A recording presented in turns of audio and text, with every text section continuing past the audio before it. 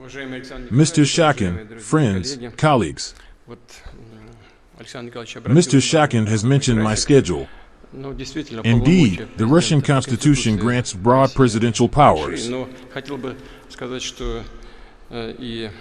However, I would like to emphasize that your work remains critically important regardless of constitutional authority, because you represent vast workforces and bear responsibility for the social and economic well-being of millions of workers.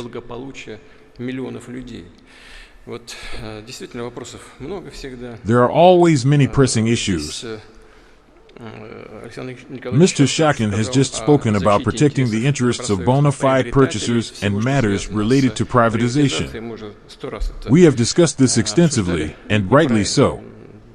These discussions must continue until a final resolution is reached. At the same time, Mr. Shakin noted that not all major businesses and corporations are eager to join the Russian Union of Industrialists and Entrepreneurs, and suggested that perhaps they need some encouragement. Even within your community, philosophical contradictions, as scholars might say, sometimes emerge. But we will continue our work, engage in discussions, and, I hope, find solutions.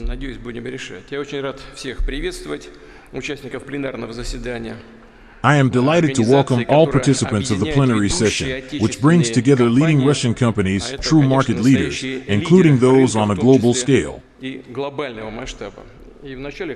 First and foremost, I want to thank the members of the RSPP for their commitment to the national development agenda and their active role in shaping measures that strengthen our economy and sovereignty. Their efforts contribute to making Russia's investment and business climate more favorable and aligned with entrepreneurs' needs. This work helps Russian enterprises and their employees to gain a clear understanding of long-term prospects, develop growth strategies, and make informed decisions that benefit both individual companies and entire industries. Hopefully, I will be able to answer some questions outlined by Mr. Shakin. If not, we will have a meeting with the RUIE Bureau.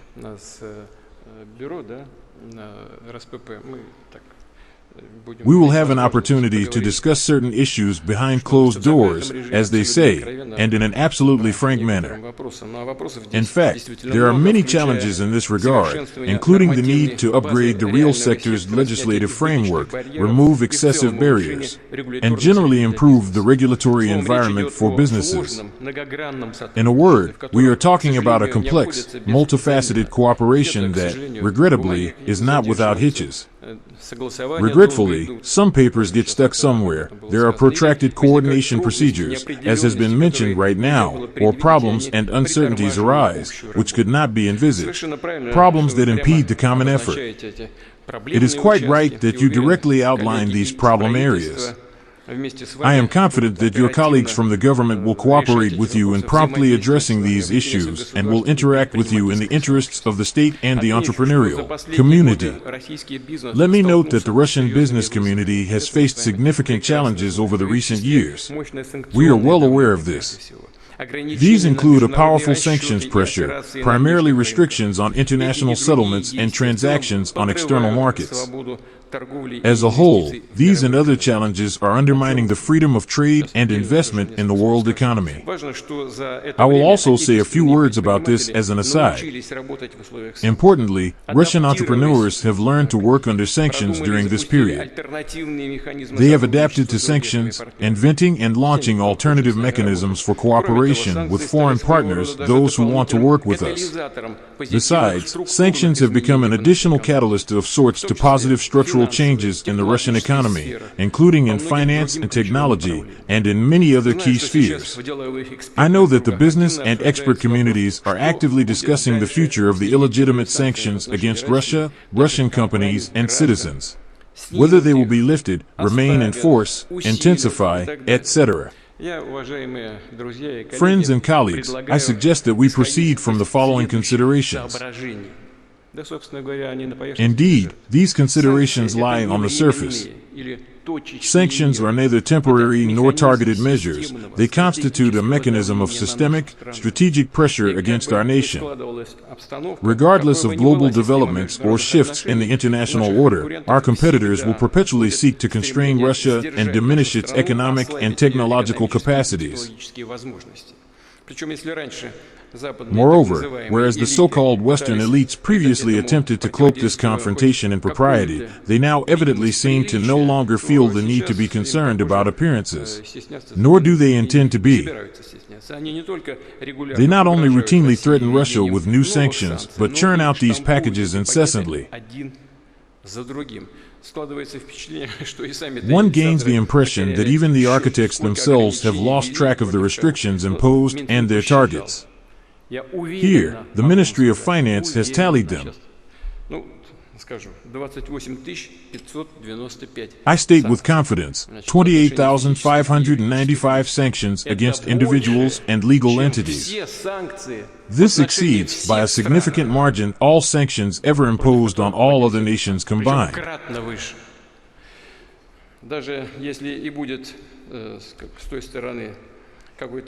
Even if there is some gesture from their side, say, they propose to lift or ease something, we can expect that another way will be found to exert pressure, to throw a spanner in the works, as was the case with the well-known Jackson-Vanik Amendment.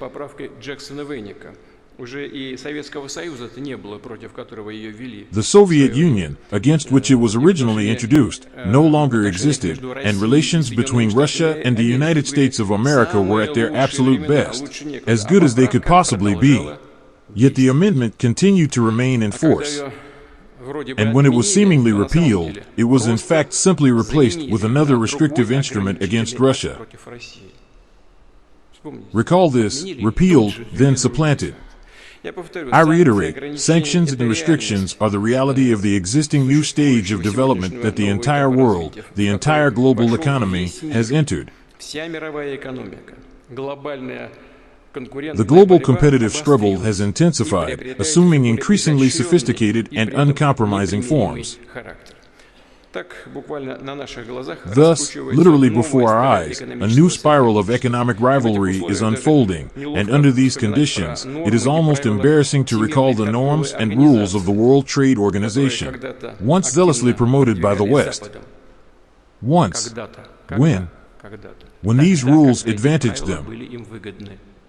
As soon as they became disadvantageous, everything began to change. And all these negotiations stalled. And, in fact, no one needs them anymore. This is evident, and I have emphasized it repeatedly. A return to pre-existing conditions is impossible. We should not anticipate fully unfettered trade, payments, or capital flows, nor rely on Western mechanisms to safeguard investor and entrepreneur rights. Yes, Alexander Shakin referenced this, and I opened with it. We have our own systemic problems related to privatization, to the protection of the rights of bona fide acquirers. My stance is known. Some matters are still stalled, but jointly, we will ensure that this issue is finally resolved. What do I want to say? Our challenges exist, but theirs are also abundant. We must acknowledge that even in the past, these mechanisms faltered. I am referring to those proposed by our so-called Western partners. And now the facade, as they say, has collapsed. It has become clear to everyone what the various high courts in European capitals are worth, the Western jurisdictions that many sought out to hide themselves and quietly conceal something. That's it. None of that exists anymore. And there are no opaque jurisdictions left. In these conditions, it is important for Russian businesses to show flexibility, explore new markets, design their own technological solutions, and establish cooperation with reliable partners. There are many of them in the world. Of course, the government and the regions must provide, and are providing, the required support here. For my part, I will do everything possible to support this process. Russia is strengthening its sovereignty in all areas that would ensure the operation of businesses, such as the development of transport, logistics, and financial and payment infrastructure. We are already doing this and will definitely keep doing it. I know and understand the challenges you are facing, but we will do everything to help you. Let me stress, only those countries that can ensure real, full sovereignty become stable in general and resistant to external pressure, and can progress dynamically in the interests of their people. Let me give you a clear example. In fact, it is well known, but I will nevertheless use the occasion to say it again. We can see that most European countries have lost their sovereignty, and as a result they have faced serious problems both in the economy and in the security sphere. As for the economy, all of them have near zero growth rates or are even entering a recession. On the contrary, the BRICS countries and those that wish to join the association understand the benefit of combining potentials, and in recent years they have been leaders in global growth, creating a high benchmark for economic dynamics. Let me remind you that the GDP growth of the Eurozone was 0.9% in 2024, I mean of the Big Seven. Why is it big? It is not clear. What is big about it? Wherever you look, you can't find any of them on the map.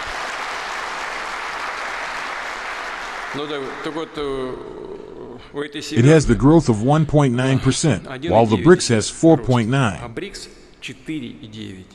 In Russia, it was 4.1% for 2 years in a row, last year and the year before.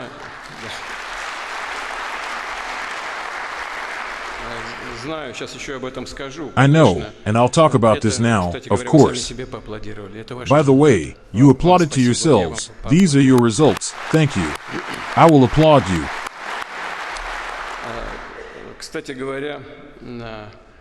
We were just talking, Mr. Shakin did, about the cooling of the economy. Of course, we need to proceed with a great deal of caution in this regard. Clearly, this is unavoidable, and the government and the central bank mentioned it, too. It seems a general agreement has been reached. We need to make sure that things in practice turn out as planned, and we do not let things cool down too much like in a cryotherapy chamber. Things should go smoothly and slowly. I am not going to now. The figures are known. The central bank has its own figures, and the government and the Ministry of Economic Development have their own. It is not 4.1%, but 2 to 2.5%, but we need to make sure things do not collapse or freeze too much. It's a fine line to walk, but I hope we will cope with it. We can get back to it later. However, I suggest that we do not start a discussion right now, because if we do, we will be talking through the night. I know that. Yesterday, or was it already today, Mr. Orshkin and I sat until 2 a.m., or rather 3 a.m. So, we really talked until the morning. I hope we will eventually go down that path, tread lightly, and get the result we need. The so-called Western dominance slipping away and new global growth centers taking the center stage is a long-term trend, and I want to emphasize that. Yes, of course, we are fully aware of the advantages offered by our so-called Western partners, such as advanced technology and production process organization.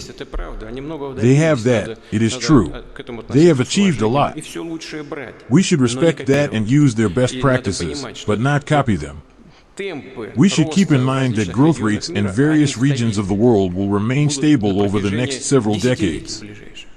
And the fact that we have, to a certain extent, refocused our priorities, not through our fault, by the way, due to a number of circumstances, may be a good thing. We are shifting our focus to global promising markets. All things that we need we will get one way or another. Of course, this long-term trend will remain unchanged. It will be bolstered up by, among other things, the BRICS development platform that is currently taking shape. It will include resource, technology, personnel, finance, trade, and investment components at a whole new level with the use of cutting-edge digital solutions. which will maximize the platform's effectiveness and keep negative outside interference at bay. I very much count on Russian businesses taking an active part in these joint projects with our BRICS partners and future BRICS members. Colleagues, I will address another crucial issue that concerns domestic businesses and pertains to Russia's relations with overseas states. Let me reiterate, this concerns the possible return of foreign companies that exited our market in 2022 and thereafter.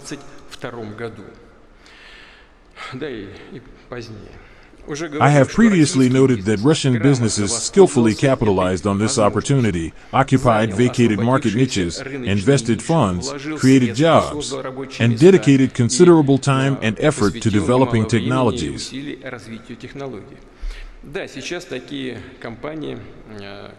Now, certain departed companies are indeed contemplating a return. We are aware of this, though I will refrain from elaborating further to avoid interference.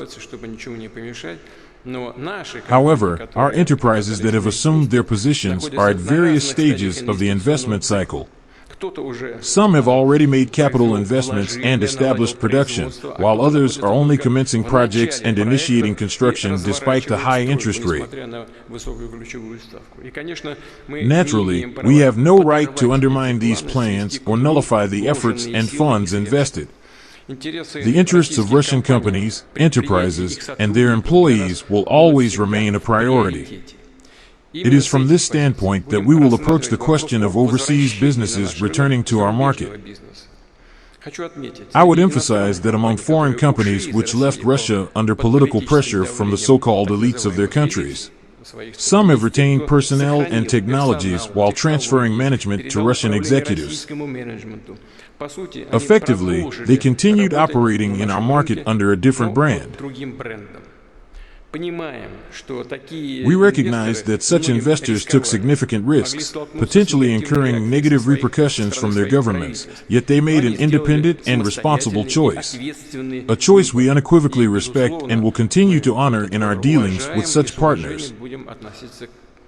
However, there were other companies that made a demonstrative exit, opting to sell their Russian operations, often at a steep discount, and proceeded accordingly.